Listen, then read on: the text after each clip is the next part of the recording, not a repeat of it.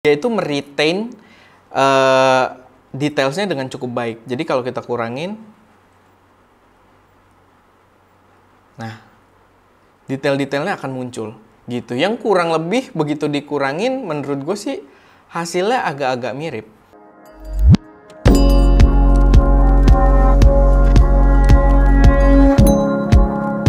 Halo semuanya, selamat datang channel SM Media dengan gue Erwin yang seperti biasa akan memberi kalian pembahasan yang cukup menarik yang berkaitan dengan fotografi dan juga videografi. So, kalau kalian tertarik dengan hal-hal yang berkaitan dengan kamera, industri konten kreatif, dan lain sebagainya, nggak perlu ragu, langsung aja subscribe dan aktifin tombol notifikasinya biar nggak ketinggalan update-update terbaru dari kita. Dan kali ini gue pengen memberikan sedikit pembahasan yang menarik karena siapa yang sangka kalau Canon mampu memprovide fitur melebihi apa yang mereka janjikan. Karena di sini belum lama itu ada kabar terbaru kalau Canon EOS R5 yang padahal itu cukup jadi kontroversi juga. Di R5 itu yang orang mulai pada denger yang namanya Canon Triple Hammer, di mana Canon melimitasi potensi maksimal dari kameranya, tapi dengan kamera yang sama si R5 ini sekarang dia mampu untuk record format ProRes RAW walaupun harus via HDMI gitu, via Atomos Ninja V atau Ninja V Plus menggunakan external recorder. Tapi tetap menurut gua ini menarik dan apa ya, nggak kebayang aja gitu sebelumnya karena Canon tidak menjanjikan hal tersebut. Tapi kabar ini memang asalnya bukan dari Canon juga. Kabar ini asalnya dari Atomos yang berkaitan mereka juga meluncurkan operating system terbarunya yaitu Atom OS 10.71, dimana ya dengan OS ini, dengan OS terbaru ini di Ninja V dan juga Ninja V Plus mereka bisa merecord ProRes RAW di beberapa kamera baru. Salah satunya adalah Canon EOS R5. Ya sebenarnya balik lagi dia nggak sendirian gitu. Di sini kalau nggak salah ada kameranya Lumix juga, ada kameranya Sony juga, jajaran Sony FS kalau nggak salah.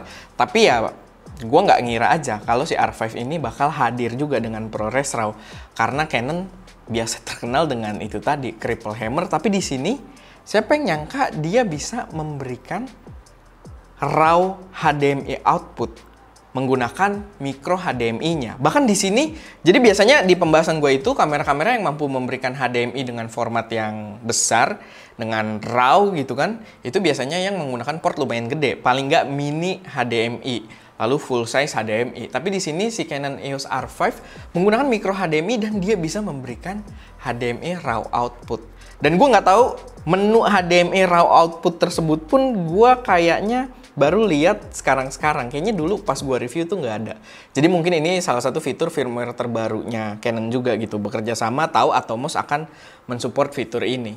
Cukup menarik, tapi di sini ya kita akan cicipin sedikit dan gue akan ceritain aja karena kita udah coba buat ngetes. R5-nya nggak ada di sini adanya R3. Silahkan tunggu reviewnya karena sebentar lagi akan tayang gitu. Dan ini kamera yang powerful juga. Cuman kemarin sempat ada R5 di Studio ST dan kita udah coba untuk ambil beberapa footage menggunakan Atomos Ninja V.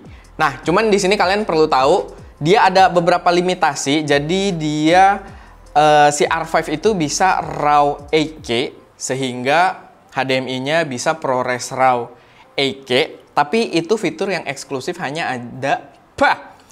ada di Atomos Ninja V Plus. Sedangkan kalau kita pakai Ninja V doang yang non plus gitu kan, kayak yang punya ST Media, itu kita hanya bisa merekam di resolusi 5,6K. Tapi tetap 5,6K ProRes RAW itu gila sih. Itu benar-benar sangat menarik juga untuk dicoba gitu. 5,6K bukan resolusi kecil ya. Maksudnya kita aja bermain di 4K gitu biasanya. Di sini dia bisa ProRes RAW 5,6K. Cuman ada hal yang perlu jadi concern juga di 5,6K ini bisa kita achieve. Jadi kalau misalkan kita pakai Ninja V, itu kita harus aktifin mode croppingnya sehingga gambar pun akan lebih tight gitu, lebih ya terkesan lebih ngezoom. Tapi ya itu mungkin sedikit turundownnya, tapi kita bisa mencicipi si format ini gitu. Walaupun gue pribadi sebenarnya tidak biasa syuting dengan RAW format ya, tapi di sini cukup menarik karena itu jadi satu kapabilitas yang kuat dan gue sekalian ngetes si MacBook Pro M1 Pro ini juga. Dan kalau kalian tertarik, kita udah ada reviewnya juga, silahkan dicek aja, ada di sebelah sana. Oke, kita langsung aja mungkin kita cobain di Adobe Premiere Pro. Dan Adobe Premiere Pro di sini udah native untuk Apple M1 dan dia pun bisa langsung membaca file ProRes RAW, jadi tinggal drag and drop aja, tidak perlu install plugin atau semacamnya kayak yang gue lakukan waktu di laptop ROG gue. Tapi ya balik lagi karena ProRes memang format developnya Apple juga gitu kan. Dan kita lihat di sini udah ada beberapa footage ya, tapi kalian bisa lihat nih footage-nya terang banget, blown out banget. Sebenarnya gue memang minta ke Ska, jadi waktu itu Ska yang ngambil footage-nya karena gue ada urusan meeting. Dan footage ini memang gue request untuk diambil dalam mode yang agak overexpose gitu. Sebenarnya untuk extreme test aja, ketika kita coba dia masih bisa retain beberapa details atau enggak di dalam highlight-nya.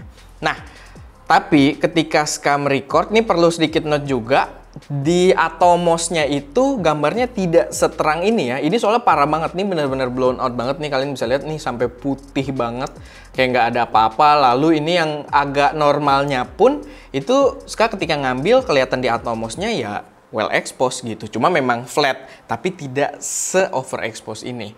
Nah, kenapa bisa begitu? Karena di sini preview yang dikeluarkan oleh Adobe Premiere Pro itu udah memilih salah satu color space yang bisa kita ubah. Kita lihat, kita akan buka salah satu, mungkin yang ini. Kita drag ke timeline biar kelihatan.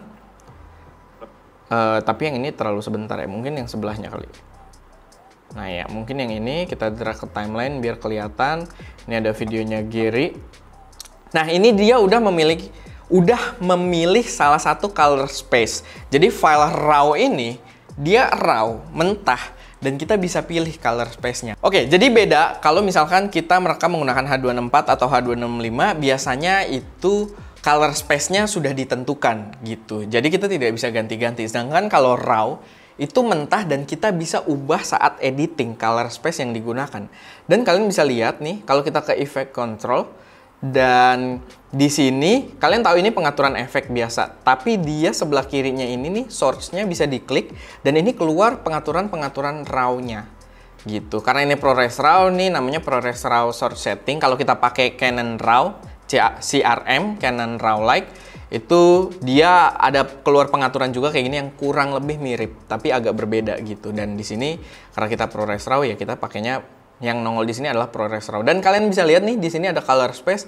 Dia sudah memilih BT709. Dan gue yakin yang muncul di Atomos ketika melakukan perekaman itu adalah color space untuk previewnya ya. Itu adalah color space C-Log. Cinema Gamut ini, C-Log 2. Kita coba. Nah, gue yakin yang nongol di Atomos itu kayak gini. Dan memang ya dari beberapa footage B-rollnya juga kelihatan yang nongol di Atomos gambarnya kayak gini gitu kan. Dan gue juga udah ngeliat sendiri sebelum mereka ngambil footage ya, di Atomos memang memberikan source-nya itu, bukan source-nya ya, previewnya itu menggunakan color space si C-Log 3 atau C-Log 2 gitu. Tapi di sini kita pilihannya keluar C-Log 2. Nah, kayak gitu. Tapi kita lihat di sini balik lagi, gue akan kasih disclaimer dulu, gue bukan pengguna workflow RAW. Di sini kita kayak semacam nyicipin aja, ngelihat ini benar-benar proper RAW atau enggak gitu kan. Apakah untuk orang-orang yang nyobain ini bakal menarik? Tapi gue pun tidak benar-benar tahu workflow grading RAW seperti apa gitu. Jadi di sini kita coba sedikit aja gitu. Dan di sini kita lihat kalau kita tadi di BT709 dia overexpose. Cuman kalau kita pilih color space-nya HLG, Hybrid Log Gamma di BT2020, dia langsung enak. Langsung ya well exposed, yang berarti memang footage ini Ska ambil dengan preview yang well exposed gitu di Atomos-nya. Nih kita lihat juga nih yang satunya, kita samain coba. Nah, kita ganti dia source-nya ke BT2020. Dia langsung well exposed. Dan kalau udah di sini, kalau menggunakan color space HLG ini, dia gampang gradingnya. Kita tinggal naikin kontras dikit. Paling nggak dengan cara gue gitu ya. Yang nggak tahu kalau yang benernya atau kalian mau pakein LUTs ya silahkan gitu. Cuman ya gue biasanya seperti ini. Lalu grading dikit, tipis, dan ya menyesuaikan dengan kebutuhan kita juga. Ya ini yang oversimplified juga sih, yang simple banget. Sebenarnya kalau kalian mau lebih in-depth ya kalian bisa pakai tools yang lebih advance kayak di bawahnya ini ada bagian kreatif, atau biasanya pakai color wheel ini nih. kalau udah agak lebih advance gitu kan dan lain sebagainya. Cuman di sini kita pakai basic correctionnya aja dulu. Dan ini kalian bisa lihat gambarnya udah memiliki warna yang ala-ala cinema camera banget gitu menurut gua ya. Tapi balik lagi ya, kalian yang menilai juga. Dan ya ini sama, tapi gini, gue udah sempet nyicipin juga. Ini kalau misalkan footage-nya kita ubah, source-nya balik lagi ke BT709, dia sangat overexpose memang. Tapi di sini ada, dia itu meretain detailsnya dengan cukup baik. Jadi kalau kita kurangin, nah detail-detailnya akan muncul gitu. Yang kurang lebih begitu dikurangin, menurut gue sih hasilnya agak-agak mirip. Cuman kayaknya kulitnya agak lebih merah ya di sini. Nah, ya balik lagi, mungkin dengan color space yang berbeda punya karakter warna yang agak berbeda juga. Tapi ya itu kurang lebih mirip. Kita naikin kontrasnya, saturasinya mungkin kalau mau naikin dikit, exposure-nya kalau keterangan kurangin, dan hasilnya mirip gitu. Cuma skin tone-nya aja agak-agak merah banget ya. Mungkin gua akan ke color wheel bukan HSL secondary mungkin, dan gua akan ini dulu eyedropper. Soalnya gua nggak suka warna kulitnya ini. Nah mungkin ya segini nggak apa-apa kali ya. Nah ini kita dapat kulitnya doang.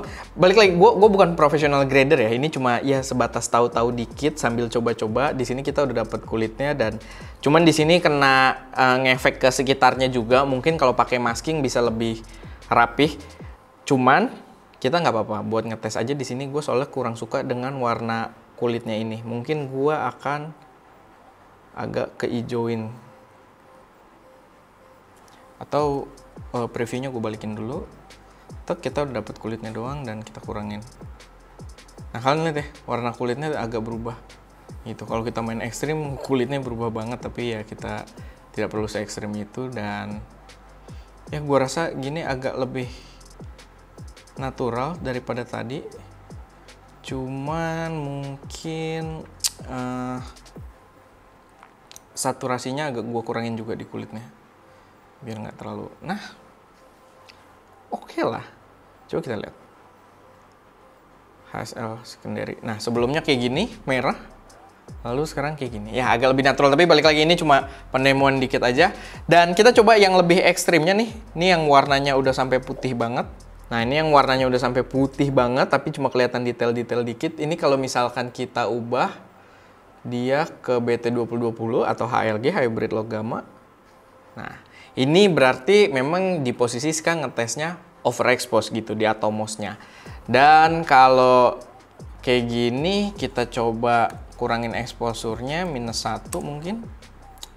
Ya ada beberapa detail yang mulai muncul, kita coba -2. Nah di sini udah mulai nggak berasa bedanya nih. Jadi headroom-nya paling kalau di sini sampai -1 doang. Baru abis itu kita bisa agak warnain lagi gitu ya. Kontrasnya, kontrasnya terlalu gede juga kurang bagus. Di sini highlight-nya diturunin, lalu mainin saturation dikit.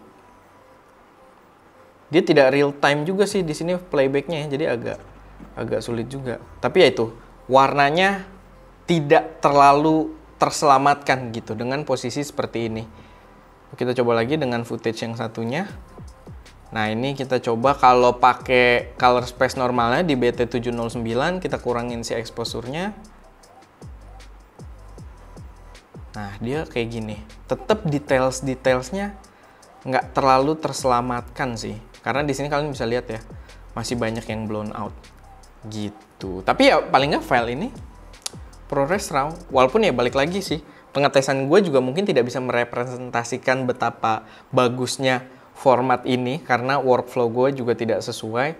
Tapi ya gue rasa ini bisa jadi satu topik yang menarik gitu. Ini juga ada videonya yang modelnya sial. Nah ini kita ke efek control, dia BT709. Ini kita kurangin exposure-nya aja. Langsung kayak begini gambarnya. Gitu. Jadi udah langsung mantep. Atau kalau Basic correctionnya kita matiin, kita ubah aja ke HLG BT2020, dia langsung. Karakternya sih tetap beda ya, kalau kita pakai 709 diturunin dengan 2020, karakter gambarnya tetap berbeda gitu. Gue tetap lebih suka ngelihat gambarnya si HLG ini, BT2020. Nah, ini kan gelap, kita balikin lagi exposure-nya. Nah, maksudnya di sini kayak buat starting point ngewarnain kayaknya agak lebih gampang gitu. Tinggal kontras dikit, saturation gak usah dimainin juga kayaknya lebih oke gitu. Atau ya naikin sedikit aja dan gambarnya udah oke gitu. Tapi ya itu, sebuah update yang menarik kalau memang production kalian adalah udah di level yang sangat profesional gitu, production value-nya besar, mungkin bisa dipertimbangkan juga. Tapi dengan nyobain file ini, ya buat kita sih bukan workflow kita gitu, tidak begitu cepat untuk dikerjakan dan filenya gede banget. Ini cuma beberapa test footage aja nih, kalau nggak salah ada 18 item, nggak ada yang semenit durasinya. Ini udah makan 100 GB. Bayangin satu project ST kalau pakai ProRes RAW gitu. Tapi ya tetap menarik. Yang membuat gue berpikir ya si R5 itu mulai lebih termaksimalkan lagi. Walaupun dia hanya menggunakan micro HDMI. Yang sebelumnya di reviewnya juga kalau nggak salah sempat gua komplain gitu. Dia cuma pakai micro HDMI. Tapi ternyata si micro HDMI-nya ini udah support ProRes RAW gitu. Tapi ya itu aja buat video kali ini, semoga bermanfaat, semoga bisa menemani hari Minggu kalian, karena kita rencananya video ini untuk mengisi di hari Minggu, dan ya tungguin aja review dari yang kakaknya ini, yang jauh lebih gila gitu. Tapi dengan konsep yang agak berbeda sih, gue susah lah jelasin, tapi tungguin aja. Oke, jangan lupa untuk berkarya.